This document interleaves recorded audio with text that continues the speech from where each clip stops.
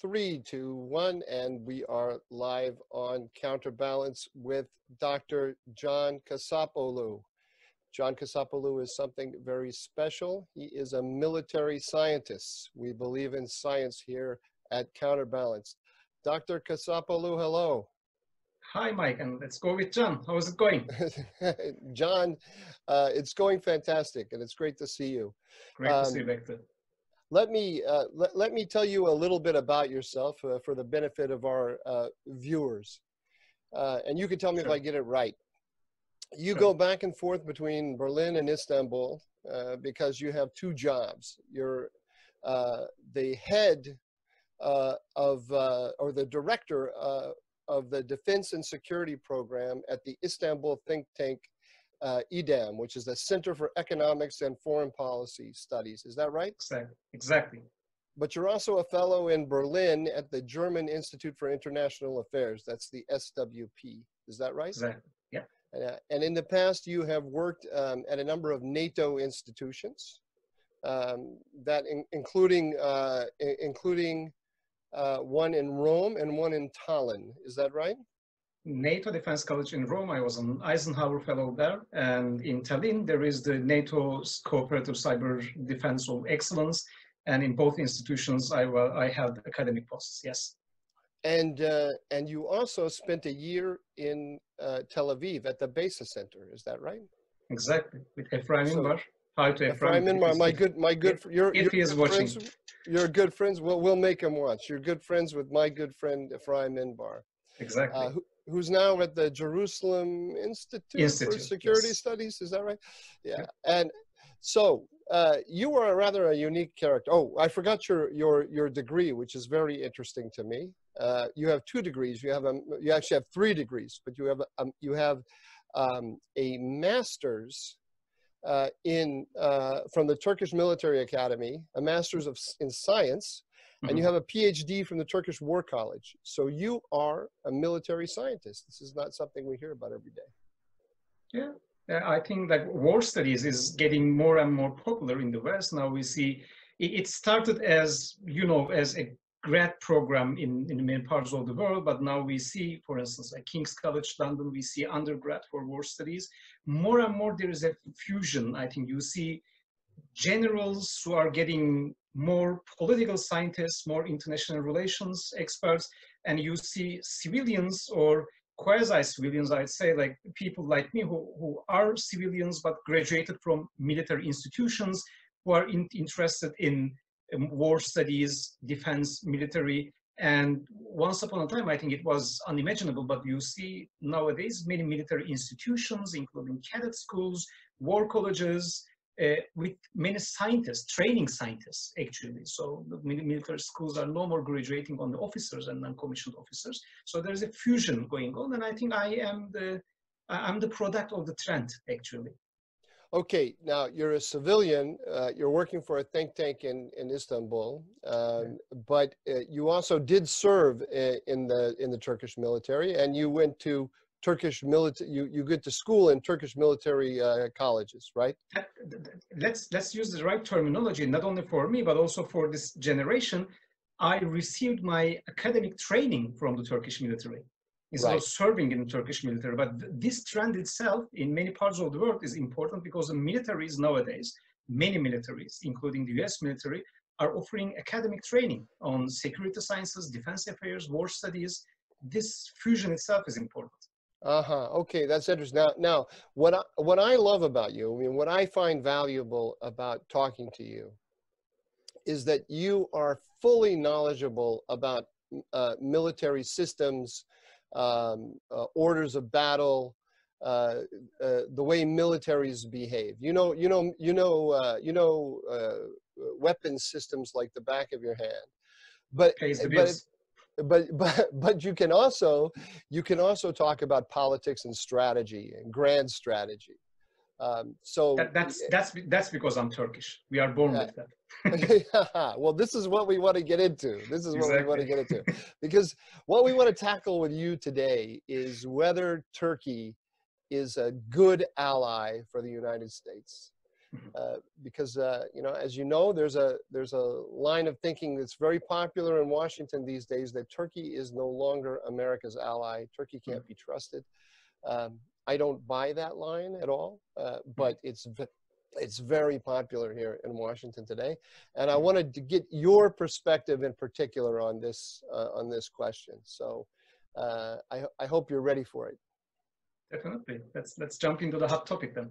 Okay. So where would you think, where should we start? Well, I think Turkey is a very valuable ally for the United States. It is actually an irreplaceable ally. But the most important point is through which lens you see Turkey. So I'm going to refer here at two books from the same author. I'm going to refer to an American scholar working on strategic affairs like myself, George Friedman. And you know what made George Friedman was his first book, Next 100 Years, because nobody dared at the time to just predict the next 100 years. Pardon me, George Friedman, the founder of Stratfor, right? Exactly, the founder of Stratfor. So he wrote the book Next 100 Years, and it became the bestseller in all parts of the world, including Turkey, because he predicted Turkey to be a mini superpower. But apart from that fact, the book itself was really courageous, daring. It attempted to predict in a futuristic way the next century. But the guy again wrote another book called The Next 10 Years, okay? And in order to understand the Turkish policy decisions, which piss off many people in DC, I assume, nowadays, and the value of Turkey as a US ally actually is hidden between the differences of these two books. So why a guy predicted the next 100 years and wrote a book about that, and he followed on with the next 10 years, okay? What was the difference between these two books? Was it only the time frame? Book A was predicting next 100 years and book B was predicting next 10 years? No, it was the methodology. Because Friedman believed next 100 years is about geopolitics, okay? It is about Britain being an island, okay? So Britain being an island has to have a strong navy, which is able to project power first. Russia having indefensible borders. So Russia having indefensible borders or predominantly lowland Eastern European frontiers. So any outsider power getting its hands on Ukraine, Russia would feel absolutely threatened. Okay, that's one thing. And these things stem from geopolitics. So the next 100 years is about geopolitics. Just like Turkey being a Mediterranean power, Turkey having strategic interests in Iraq, in Syria, Turkey being at the crossroads of the Balkans, the Caucasus, the Black Sea, and the Mediterranean, so on and so on. But the second book, methodologically, says that the next 10 years is not about geography. It is about people. Like the Brexit, okay? Brexit decision. Like Putin's Russia. Like President Erdogan's policy decisions. Like having a Republican or a Democrat president in the White House. So according to which analytical framework we should judge Turkey? According to the methodology of Friedman's next 100 years book or Friedman's next 10 years book. So if you boil down everything to next 10 years methodology, the methodology that produced the next 10 years book, you can see a lot of fragmentation between the United States and Turkey. And I think that's the thing that pisses off many policy circles in the DC and many policy circles in Ankara as well. But let's shed another light on the issue and let's see Turkey through the prism of the methodology behind next 100 years. Right. So here you are talking about a nation, a NATO nation that borders Iraq, Iran, Syria. Okay, that's not something that you can find every day. You are talking about a nation opening up to the Black Sea and the Mediterranean at the same time, bordering and able to project power to the Caucasus and to the Balkans, having same cultural and linguistic legacy with more than half of the post-Soviet space, okay? You are talking about an ally coming from a strong military tradition. The Turks have been a warrior nation for centuries, not millennia, okay? This is a conqueror nation. What we are talking about. And you are talking about this nation took out 10% of the Syrian Arab army's northern deployments within a week by using predominantly its indigenous drones.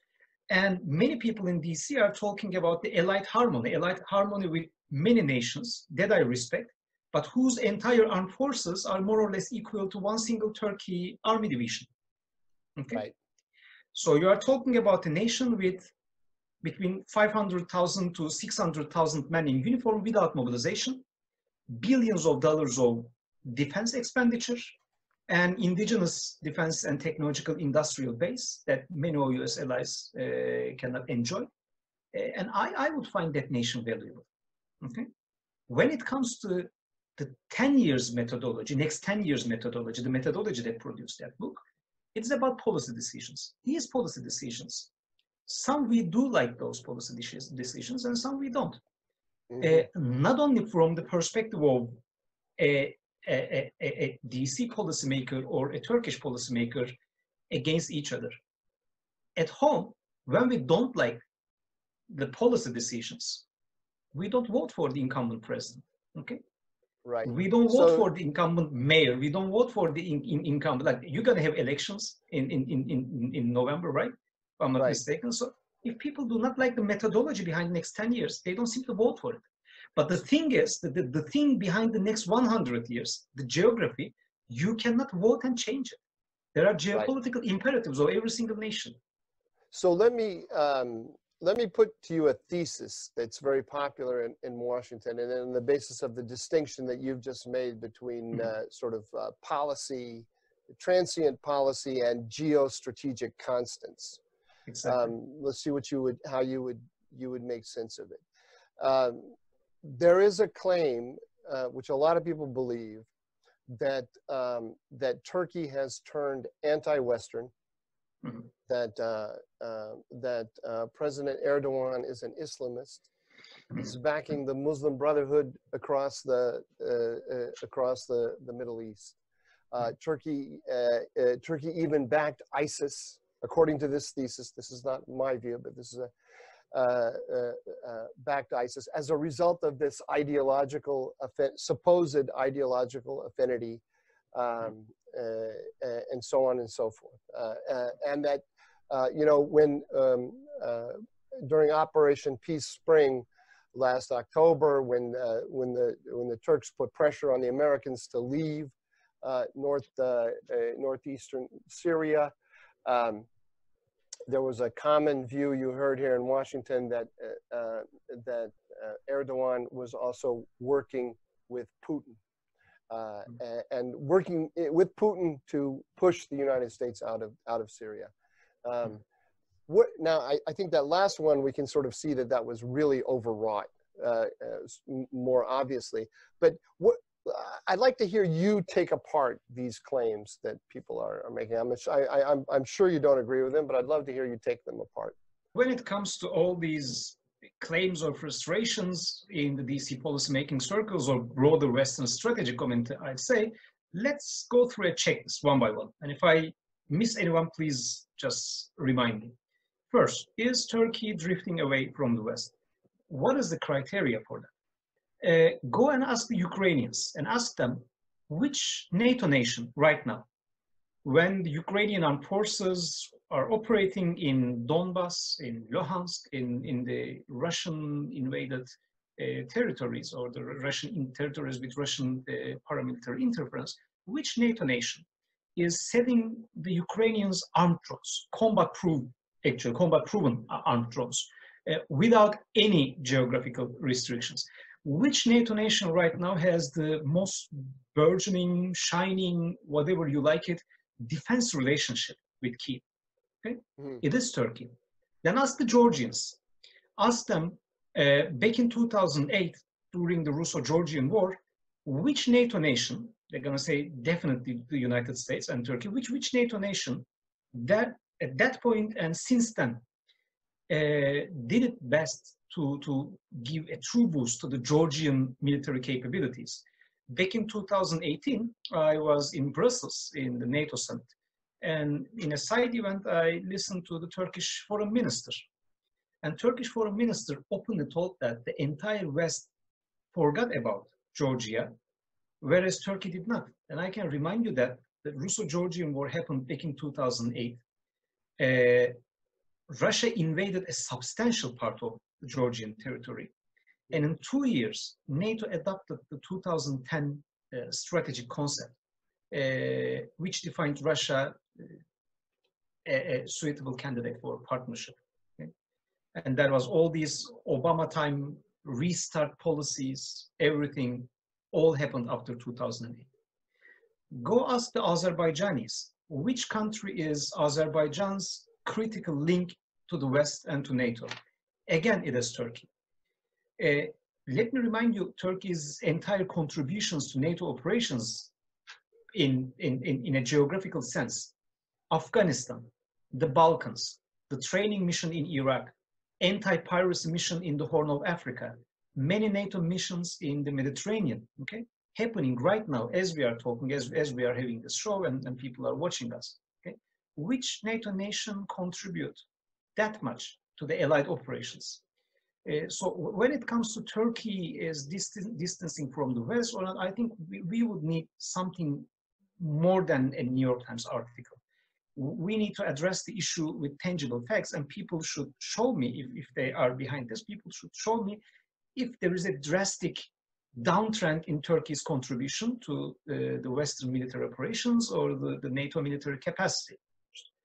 When it comes to the Turkish support to ISIS, again, I think this is laughable, because it was 2014 when ISIS captured Mosul.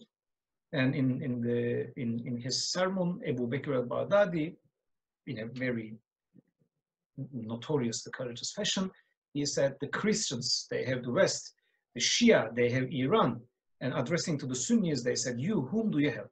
Okay, and manifested himself as the absolute guardian of the entire Sunni population of the Middle East and North Africa, which stands really vulnerable to the radical Salafi jihadi propaganda. And at the time, there was one single NATO nation that offered a land force for the United States to recapture the lost territories to ISIS. The entire NATO nations adopted a no boots on the ground restriction when dealing with ISIS, and their combat contributions was limited to the air power in a combat operations fashion or intelligence fashion. It was only the Turkish armed forces that deployed conventional formations against ISIS.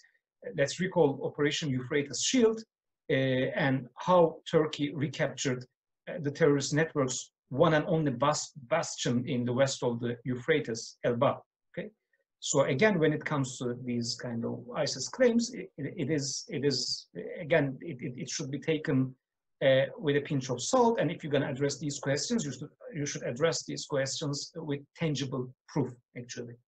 When it comes to Muslim Brotherhood, yes, Turkey supported Muslim Brotherhood movements in many parts of the world. Personally, ask me, am I happy with that? No, I'm not happy with that. Do I like this policy decision? I would say I don't like this policy decision, and I do not refrain from voicing that openly in a show like this, which people will watch. But again, let's differentiate between the next 100 years, the methodology that helped Friedman to write next 100 years, and the methodology that helped Friedman write next 10 years. The Muslim Brotherhood thing was a policy decision. It was not a geopolitical imperative, okay? I don't like that policy decision. I don't find that policy decision paying off for Turkey, but it was a policy decision. You can criticize a government with that. You can criticize an administration with that. You cannot criticize an administration entire foreign policy based on that first, and you cannot judge a nation's, a country's value as an ally based on that. This is a part of a foreign policy portfolio. It is an important part of the foreign policy portfolio. Many things Ankara did, I agree with the necessity of the entire Syria campaigns. I agree with the necessity of Turkey showing a higher posture, a higher naval posture in the Eastern Mediterranean. I agree with Turkey's defense relations, burgeoning defense relations with Ukraine, with Georgia, with Azerbaijan. When it comes to this Muslim Brotherhood issue, I do not agree with that. But again, see it first in the bigger picture. It is a part of the foreign policy. Secondly, it is a policy decision. It is not a geopolitical thing. It is not enough. It does not give you enough assets, if you like, to judge about Turkey's value. Let's talk in a second. Let's talk about Syria, but let's go back for a second to Putin. And there was this claim that that Turkey is allied with Putin. I thought you were gonna. You mentioned Georgia and Ukraine, and you might have also said that Turkish policy is either directly at odds or in some degree of friction with Russia in Idlib, in Libya. I assume in Nakhchivan, it's also at odds with the Russian policy. Something you wrote about recently for the Jamestown Foundation, where you're writing a lot these days. But of course, what's made the biggest impact on American minds the S-400 is the S-400. Exactly. So let's tackle that. I mean, I certainly take your point. What I think was your point that something like the S-400 has to be put in a larger context of Turkish relations with Russia.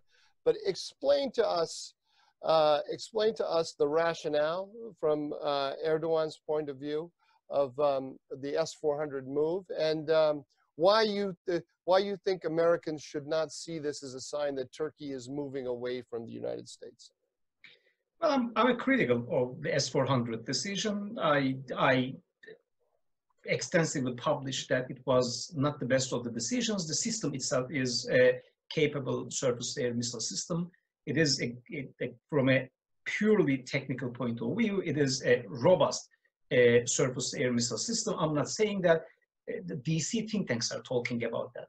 NATO writings are talking about that. It is what we call in military affairs, it is a perfect A2AD, anti-access area denial system. Okay, when the Russians deploy it in some parts of the world, it makes American generals really uneasy. So it is a robust system. But it is a strategic weapon system, and strategic system procurements are not immune to political fluctuations or political considerations. It is not just like buying a main battle tank or an armored personnel carrier or something like that. It's a strategic weapon system. So when it comes to strategic weapon systems, the only criteria that you should check for is not if the system is robust or not, is it compatible to your broader command control, computers, communications, intelligence, surveillance, and reconnaissance system? Is it compatible with your battle networks, which is really important because we fight in networks in the 21st century? And is it politically correct? In the English expression at best, because strategic weapon systems acquisitions should be politically correct, especially if you are a part of an alliance. So I can say that it is not politically correct for a NATO nation. It is perfectly fine for China. It is perfectly fine for India. If I were advising to the Chinese government, first I would advise them not to hide any kind of signs of pandemics, of course. And I would advise them to be more open and more responsible when it comes to biosecurity. But then if I were to advise them about the S-400, I would say S-400 is a suitable choice for them. They did the right thing because it is compatible with their entire battle network. It is compatible with their command and control network, and it is compatible with their military tradition so far. They are very familiar with the Russian arms. And if I were advising to the Swedish, for instance, they opted for procuring the Patriot like the Polish government as well.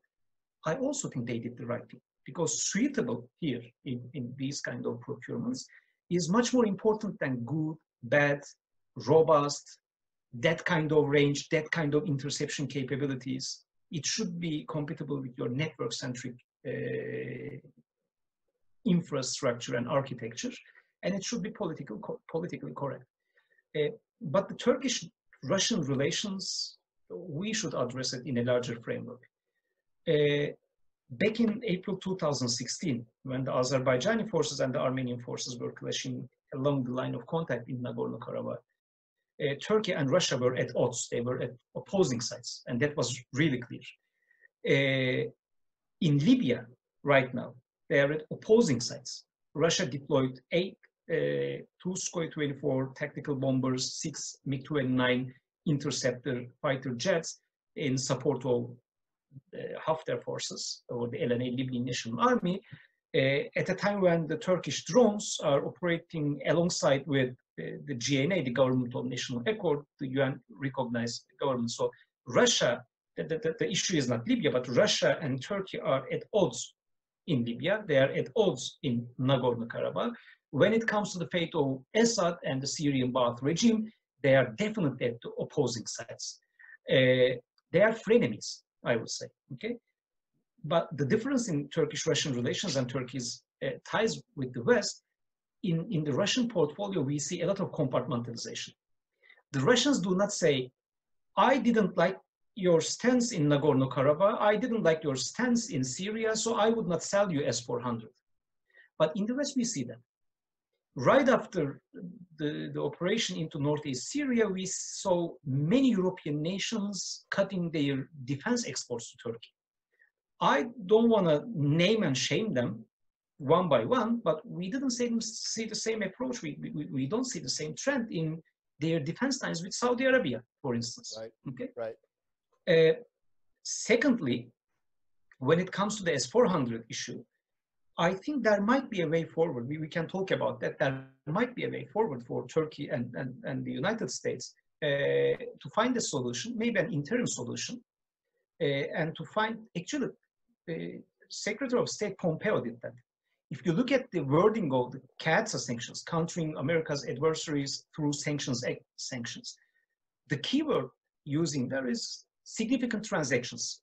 It happened to the Chinese because of that. The sanctions were Chinese because of their Sukhoi-35 aircraft and S-400 procurement well before they tested, in a live fire exercise, they tested the S-400 system, okay? The wording in the CAATSA sanctions is significant transactions, but Secretary of State Pompeo, and we see in a larger context, Lindsey Graham also joined this, they gave Turkey a way out by voicing activation. They said, do not activate the S-400. Militarily, there is no button that you're gonna activate the S-400 or not. It is a process. A system can have initial operational capability. A system can then have a final operational capability. Turkey's S-400s, I would say, are somewhere in between. Turkey radar tested them, Turkey received the interceptors, everything, but there is no live fire exercise so far.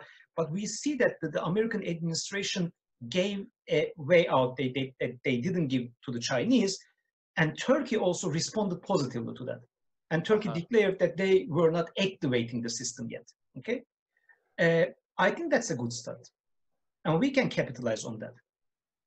But one thing we should understand, that's what I suggest to the Turkish government when it comes to the S-400 and the F-35 joint strike fighter issue. The exact same thing I advise to my Western friends, American and European, about Syria, YPG, the PKK affiliated groups, PKK terrorist organization affiliated groups there, and Turkey. The ratio is the same. First, they are mutually exclusive options. You can have either the S-400 or the F-35. Likewise, you can have PKK's friends in Syria, the groups with organic ties to the PKK terrorist organization in Syria, and Turkey. First. Right. Secondly, people should make rational choices. I say to the Turkish administration. Can I stop you there? Yep. and make sure that I understand what you're saying? Or let me put it to you a different way. Yep. Are you saying that you think the Turkish government made this play for the S-400 in order to develop leverage over the United States to get it to stop its support for the PKK, which of course No, I wouldn't say so. I say the ratio to address the questions should be the same. It should be a rational decision. Turkey is much more important than PKK-affiliated groups in Syria. So I asked for my Western friends to act rationally, seeing that Turkey openly outweighs these groups. So you're saying that this could be this rational way forward could be a way out for both sides. Whether this was the thinking when Erdogan made the deal with Putin or not, this could be the way out. What I'm suggesting is that every single part of this equation to act rationally. Okay. Yeah. I ask Ankara to act rationally. It is the F-35 being a part of the F-35 program and having this capability, procuring this capability that F-35 can offer. I mean, a 5th generation command control node, a master of network-centric warfare, and Turkey has long been a producer of that, a level 3 partner of that. It wasn't an off-the-shelf procurement, and being a part of that kind of co-production projects is the absolute objective of Turkish defense industries, and it was a perfect opportunity for Turkey. Yes, the S-400 system is a good, robust A2AD system. It's a good air defense system, but compared rationally between being a part of the F-35 program and procuring the S-400, definitely the ratio says, the brains say, that being a part of the F-35 program was much more important. I advise that to the Turkish government to be more rational when it comes to the S-400 F-35 equation, but I advise the same ratio to my Western friends when they are dealing with the PKK-YPG issue and Turkey. Right. Okay?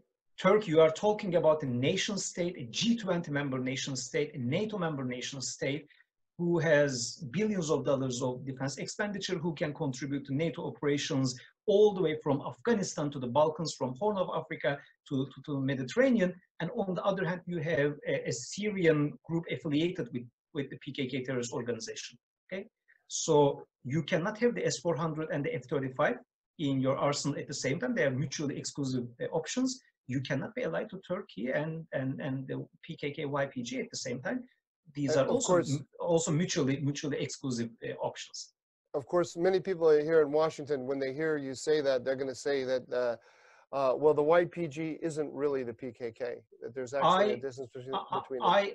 I advise them to not to listen to me. I could be biased in that, or you as a friend of Turkey, but I advise them to just listen to Ash Carter, because Ash Carter, in a hearing, I think answering to Lindsey Graham back in 2016, Ash Carter, the former Secretary of Defense under Obama, exactly, said, in congressional testimony. In a congressional testimony, he used the expression of substantial ties.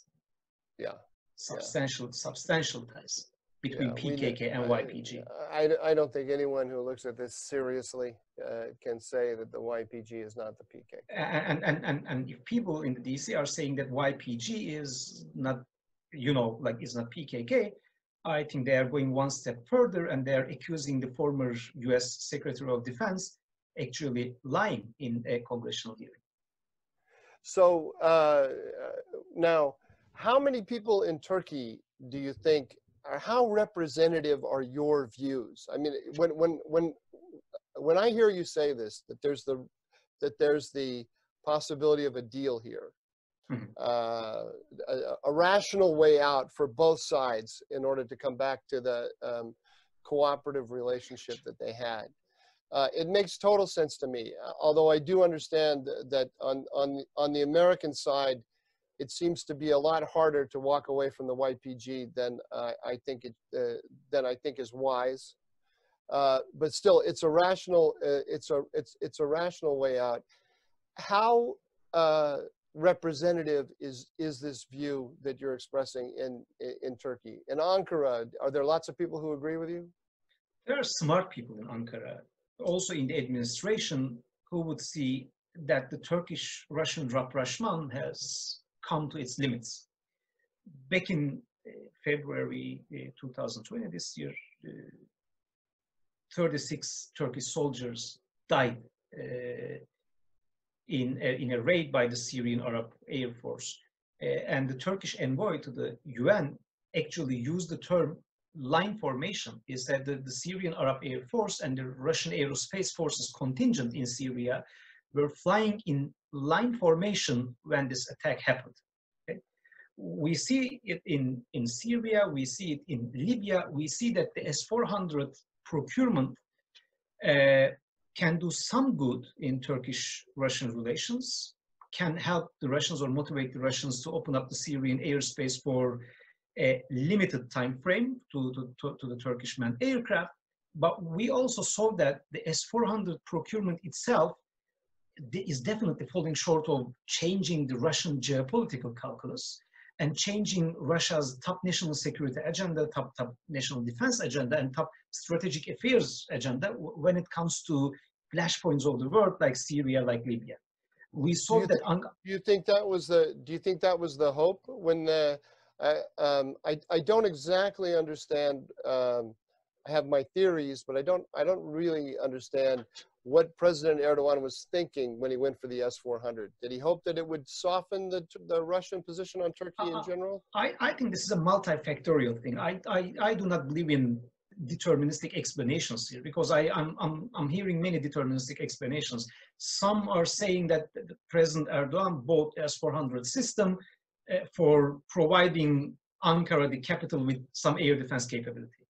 Mm-hmm. Well, the S-400 system is not the right system for that. The Russians can offer much better point defense systems if you want to protect a particular city or a particular district within a city, or a facility within a city. Okay. Just so the viewers understand that this theory that you just mentioned, the idea here is after the coup attempt, when the F-16s attacked the parliament,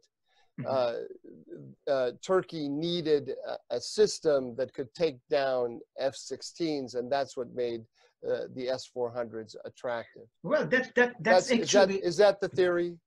That's a talk in the town, and I believe that's I don't want to use any incorrect words, but that theory I would that would be political correct, I'd say. Yeah. That would be nonsense. Why that would be nonsense? What if Turkey had S-400 at the time, and what if one of the plotters had reached to the S-400? Okay. Yeah. What if the plotters, because having a Russian system in your arsenal does not automatically relate to having Euro-Asianists, okay, and anti-plotters operating that system, okay? Right. So just like the plotters got their hands on Turkey's fighter aircraft, there is no logic to rule out the very prospect of the same plotters could have seized the control of the S-400 had Turkey operated the system at the time, and then it would have been really dangerous.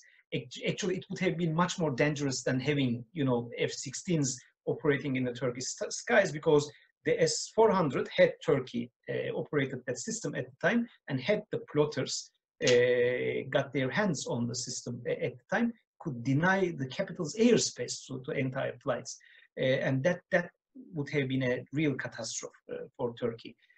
When you buy that kind of system, you have many factors shaping your decision. First, right after the coup attempt, pilot to cockpit ratio in the Turkish Air Force really saw the historic low. So we did not have enough pilots, and the Turkish Air Force is really a busy Air Force. I can say that back in 2018, for instance, when Turkey was launching Operation Olive Branch to fight the PKK affiliates in northern Syria, 1/4 of the Turkish Air Force took off at the ouverture of the operation. 72 aircraft we are talking about to kick off the operation. Turkish Air Force is operating in northern Iraq, in northern Syria. There is a lot of combat air patrol, so they are patrolling. Turkey is a large country, so we have a lot of airspace for our aircraft for these kind of combat air patrol, we call them. In the Mediterranean, they are pretty busy, and in the Aegean, they're pretty busy. So we had enough aircraft, but we did not have enough pilot. It is called pilot to cockpit ratio. And in the literature, I don't want to make it, you know, a military lecture here, but in the literature, the optimum is if you have 100 aircraft, you should be able to have 125 to 150 ready pilots with enough combat hours, enough flight hours, and everything. The Turkish ratio saw the historic low of 0.6 to 0.8. So you had 100 aircraft and only 60 pilots, okay, or only 80 pilots. So that was one of the reasons the pilot to cockpit ratio. Turkey needed a SAM system, surface-to-air missile system. Secondly, Turkey has long suffered from shortfalls in defensive strategic weapon systems. Also recall Turkey asked from NATO many times for Patriot air and missile defense systems deployment. Right now, as we are talking, we have a Spanish contingent in Turkey protecting the Turkish skies against these kind of threats. And it has always been a shortfall. These kind of air and missile defense capabilities has always been a shortfall of Turkish defense capabilities. Though I should voice the nuance here that the S-400, as it is right now, standalone, operating standalone, cannot address Turkey's needs, especially in missile defense, because you need a complete architecture of sensors, command control systems, and everything to intercept an incoming missile. A third hope for Ankara definitely was to get Russians more friendlier with Turkey's policies, and also as a reaction to the West, to the Western political stance as to the coup attempt. Ankara and President Erdogan, I think to a certain degree, rightfully felt very lonely, especially when it comes to the Western support to Turkey right after the coup attempt. So I think the S-400 decision is the cumulative combination of all these factors. Militarily, from a technical standpoint, do I think it was the right decision? I would say no. So if we're adding the factors in, adding the factors up, we would say inadequate response from the Turkish point of view, inadequate response from the United States and the West to the coup attempt. Definitely. Number two, support for the PKK from the United States. Definitely. Number three, which you didn't mention, but I think I would throw in there, is the inadequate response to the West when the Russians downed the Turkish fighters. When Turkey downed the Russian aircraft, you mean? What did I say? You said Russians downed the Turkish. Oh no! I'm sorry. When the Turks downed the Russian fighter back in 2015. Yeah. So the Russians violated Turkish airspace. The Turks downed them. And the American attitude was, we hope you guys will work that out. And then America didn't back Turkey as an ally whose airspace had been penetrated by an adversary, but rather the United States kind of adopted a neutral position and said, we hope you work that out. Exactly. I would say that at the time I was a fellow with the NATO Defense College. I know the general view in the transatlantic strategic community at the time. I wrote something, I think, for Adam at the time, and I was pointing out to the very danger of the Balticization of Turkish airspace, because up until November 2015, when Turkey downed the Russian Sukhoi-24, there had been many violations, systematic violations of the Turkish airspace. Number two of the Russian aerospace forces came to Turkey for apologize, and on the day that he visited Turkey, there were violations of the Turkish airspace. And you know, the Russians use that airspace violations in many parts of the world, not only as a technical apologies thing, but as a systematic foreign policy tool. It's a way of intimidating. Exactly, and the term I used at the time was the Balticization of Turkish airspace. And when Turkey downed the Russian aircraft, I asked the same question myself: had it been another NATO ally doing the same, or if it happened during the Baltic air policing mission, would the West react in the same way, or like a neutral actor, you know, offering the best for two outsiders to get the problem solved between them, because Turkey is a NATO nation and its airspace was systematically violated by the Russians. And when Turkey downed the Sukhoi-24, it was on a combat mission with full payload. Right, attacking Turkmen on the ground. Turkmen groups in Syria. Turkmen groups on Syria. Not these. They were not attacking ISIS or anything like that. These are Turkmen groups, the people with an ethnic affinity to the Turks across the border. They were just across the border from Turkey. And I think, I don't know this for a fact, but I suspect that those Turkmen groups were actually being armed and equipped by the CIA. I'm not positive about that. But, me neither, I should check, but many groups that are in the opposition right now were a part of the train and equip program. So it would have, in other words, the point is that the Turks could have expected a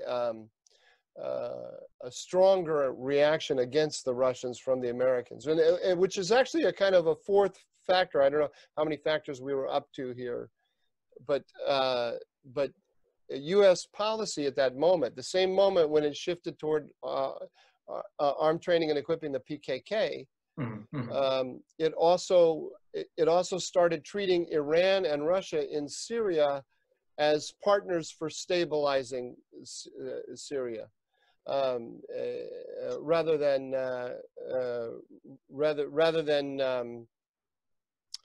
looking to Turkey as the primary partner for stabilizing the country. Well, the Obama legacy did a lot of mistakes in Syria. I recall the US president at the time, Barack Obama, drawing a red line about the chemical weapons use, okay? And now we see you had a wonderful show with Ambassador Jeffrey, by the way, on a maximum pressure policy on Syria. Maybe we can touch upon that later. That was on a rival network. You're now on Counterbalance, which is the fastest network. I'm promoting the rival right now. Yeah, you're I'm promoting the rival right now. Yeah. Okay, but that's the thing. Like when a U.S. president draws a red line about weapons of mass destruction use, and when a Ba'ath regime of Syria, when a regime like that has strong ties with North Korea, Iran, that systematically supports the Lebanese Hezbollah and exports terrorism in the region, when that regime number and again violates a US president's red lines, okay, and uses chemical weapons and violates maybe the one and only norm that we have in 100 years in fighting just wars, if there is such a thing, and uses chemical weapons and dangerous chemical weapons, nerve agents on civilian population, okay, the red line that the US president drew should not be, do not use chemical weapons, otherwise I'm gonna go to the Russians and broker an unworkable chemical disarmament deal with you.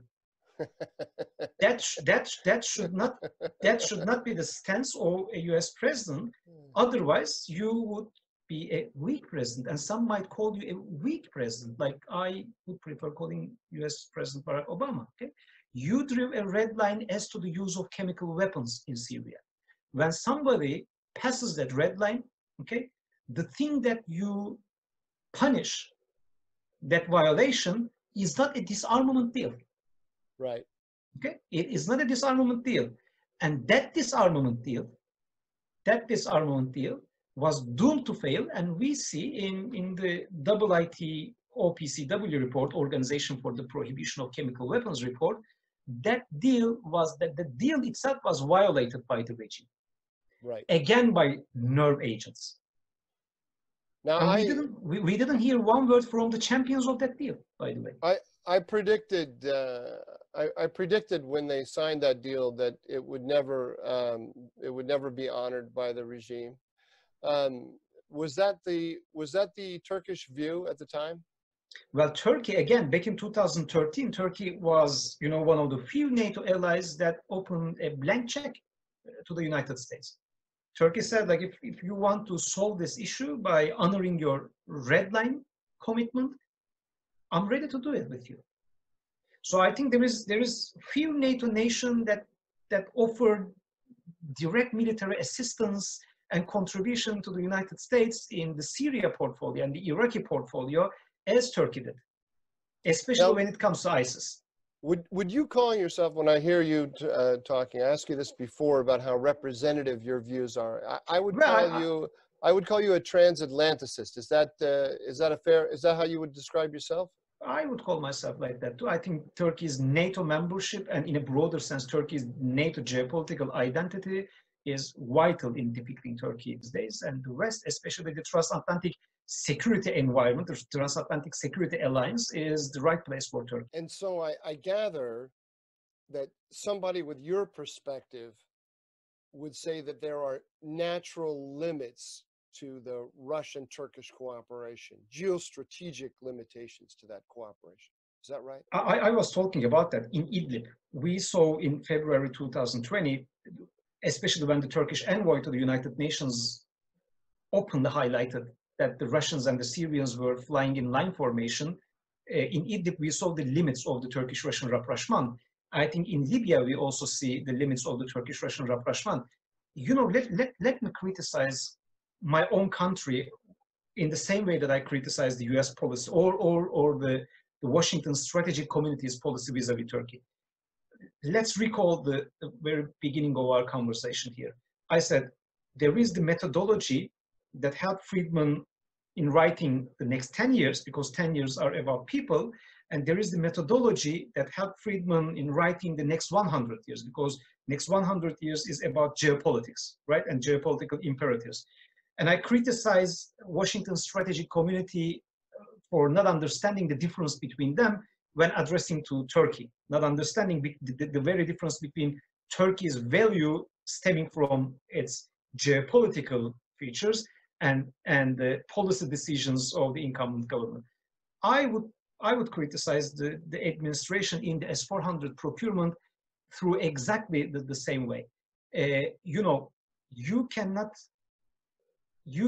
expect Russia's policy decisions to change its geopolitical imperatives.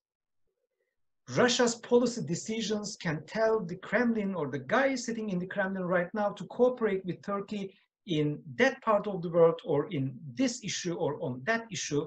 That's a different thing. But geopolitically speaking, Turkey and Russia are rivals. Buying a strategic SAM system and paying $2.5 billion would not change Russian geopolitical calculus. You're going to keep being rivals in many parts of the world.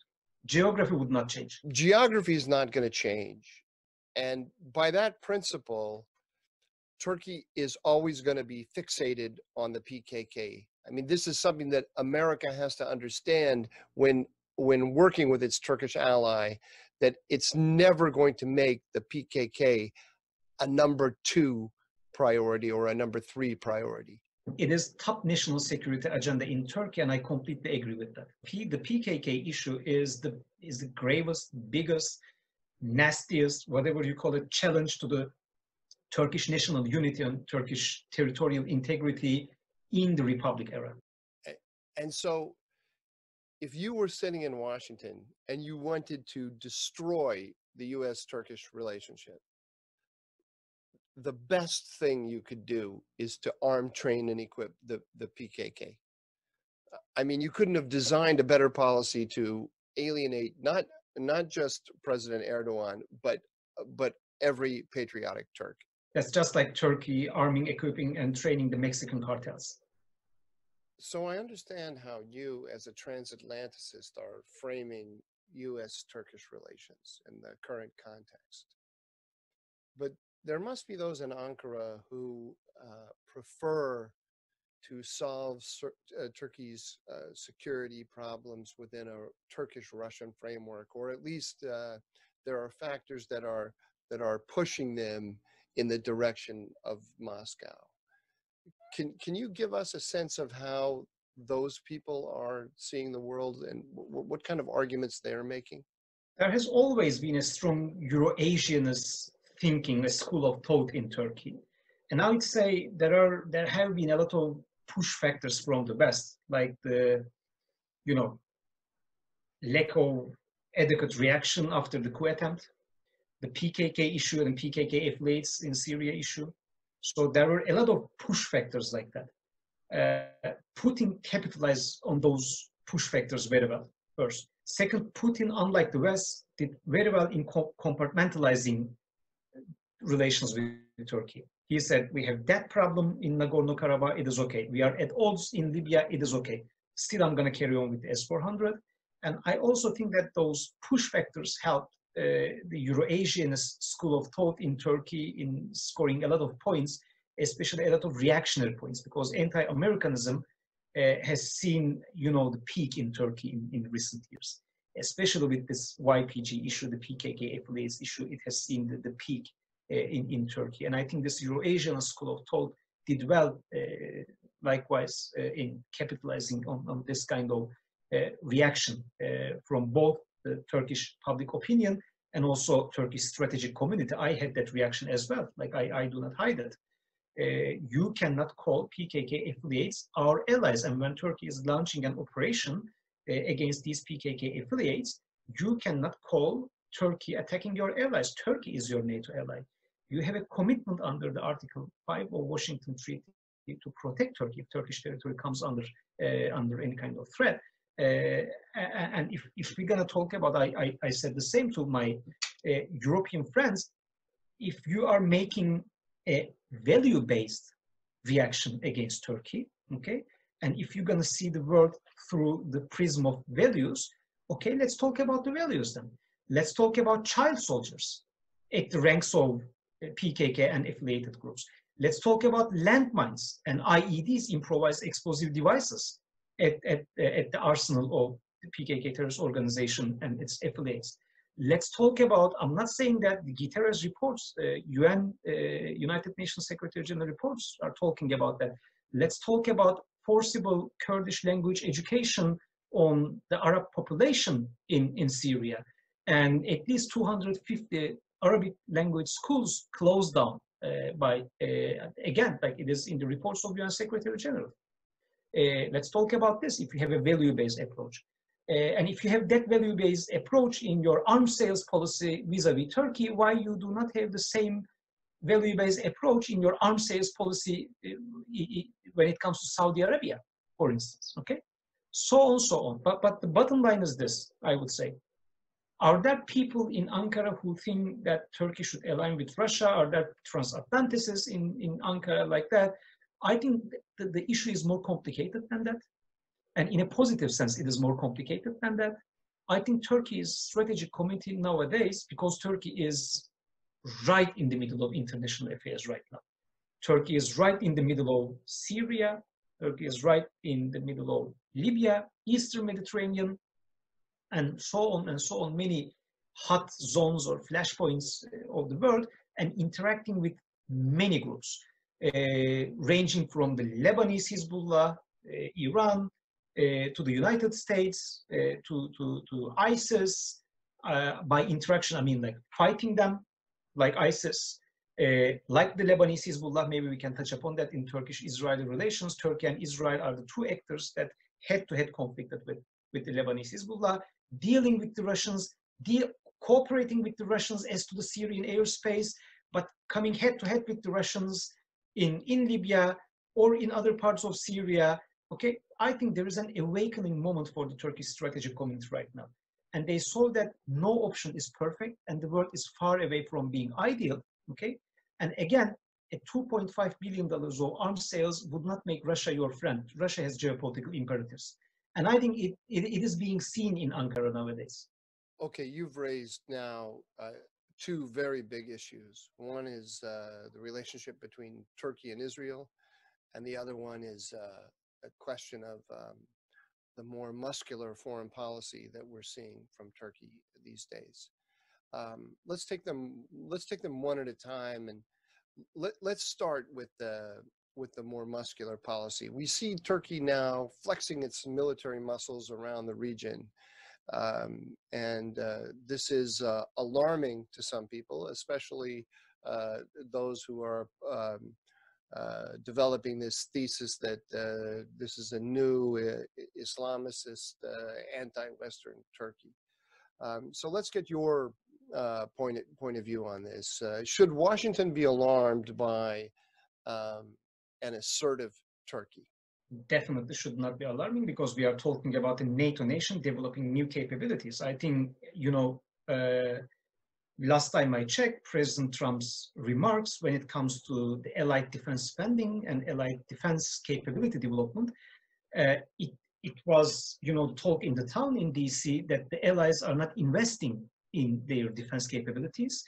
And some would say, in a very politically incorrect way, many, let's say some, if not many, NATO allies are becoming more freeloaders in relying on the United States defensive capabilities when it comes to it. Nobody in DC could blame Turkey being a freeloader. Turkey has a growing indigenous defense industry. Turkey, back in 1990s, the Turkish defense industry's capability to equip its own armed forces was about 20%. Now we are talking about more than 65%. The Turkish armed forces is a battle-hardened, combat-capable force with a lot of experience. The Turkish army, the land forces in our lexicon, we use it like that. The Turkish army is the only NATO force, only NATO land force that fought ISIS in a multi-brigade force generation fashion, let's say. And compared to many other NATO nations, it is the most combat-ready, combat-capable one, okay? So let me ask the US strategic community here. Do you want your allies to spend on their own defense enough and not rely on the American capabilities being a freeloader, okay? Or would you like them to bury all their guns in the soil and just stay idle and do nothing, okay?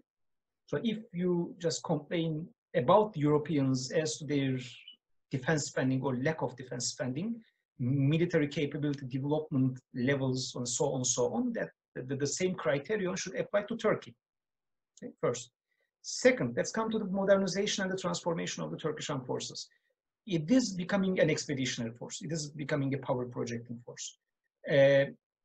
Apart from all the political talk in the town, or all, you know, this hypo, Turkey is getting more expeditionary like that, it is, technically speaking, the Turkish Navy is transforming. It is becoming a blue water Navy, what we call it in military terminology. It is becoming a more power projecting, a high seas capable Navy, and it is showing interest in the greater Mediterranean and in the greater high seas of the world. First, the Turkish army has gained a lot of experience in fighting wars in foreign hostile territory, like northern Iraq, like Syria. And let me remind you that the Turkish army, let's check the last decade, the Turkish army fought PKK and its affiliates. Iran harvested Shiite militia in northern Syria, the Lebanese Hezbollah and its offshoots, the Syrian Arab army, okay, and ISIS, okay. I would say not a lot NATO armies has gained that kind of combat experience within a decade.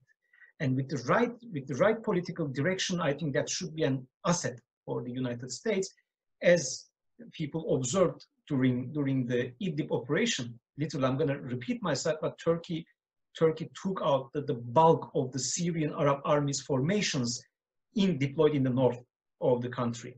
And in the process, it took out some very significant Russian equipment, some important weapon systems as well. It was the highest end Russian low to mid-range air defense system, we call it the Panzer line, in the hands of creme de la creme of the Syrian Arab army. We are talking about the Praetorian units here. We are talking about the core of Assad's forces here.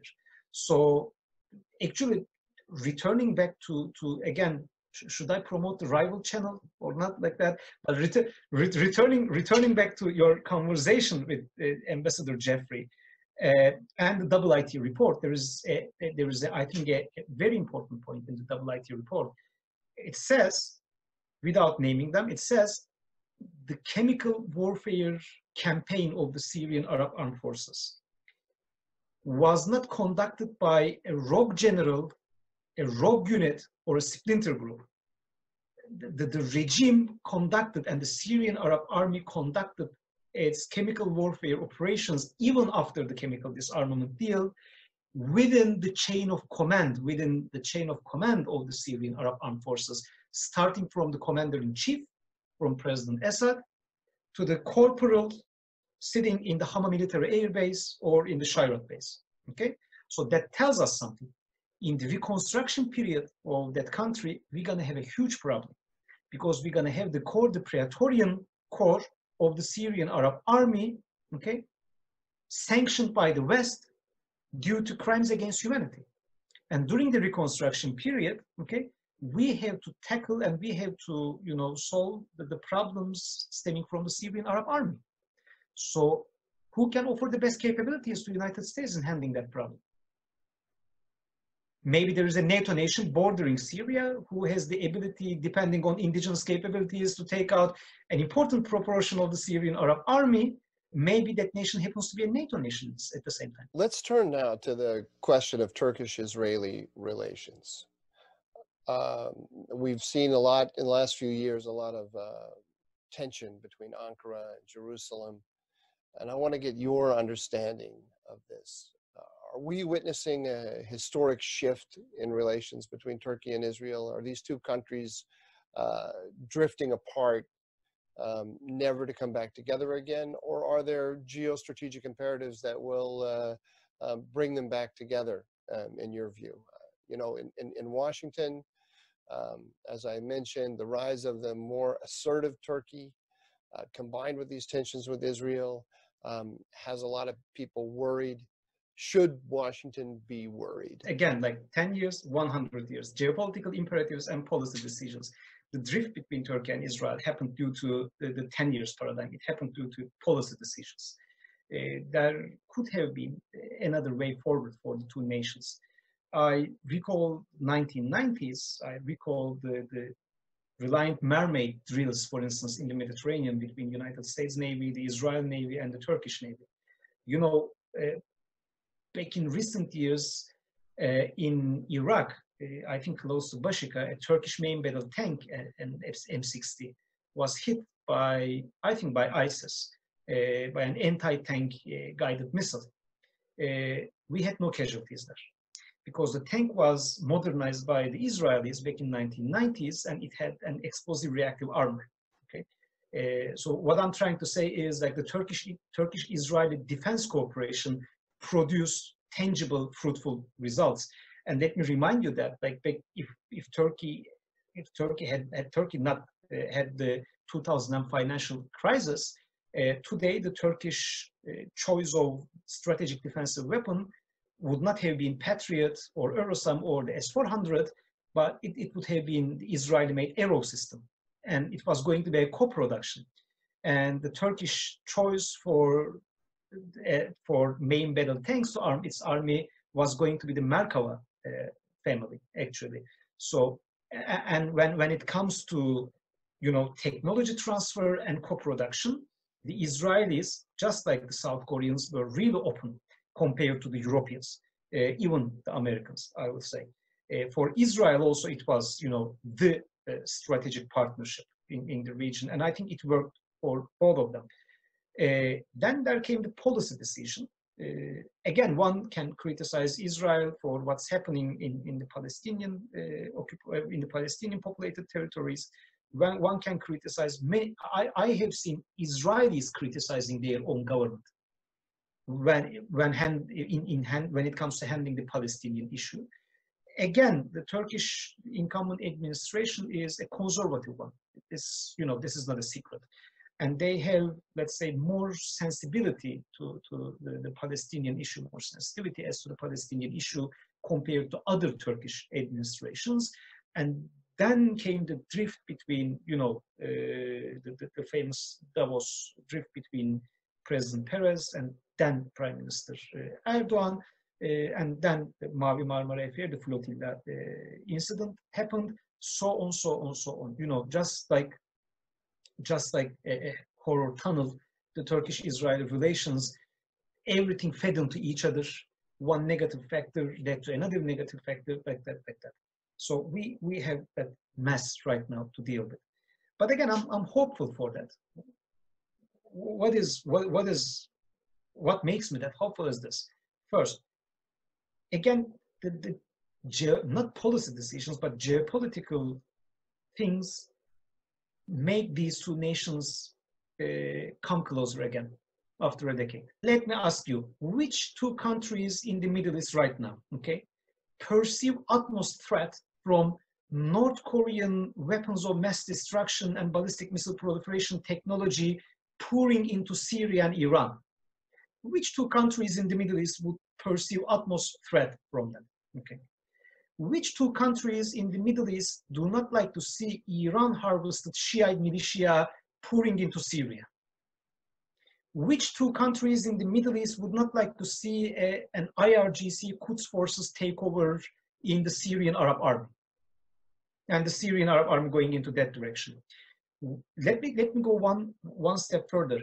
Which two nations in the Middle East or elsewhere in the world hit the Lebanese Hezbollah and Iran harvested militia on Syrian soil, deliberately and directly? That's a really important point.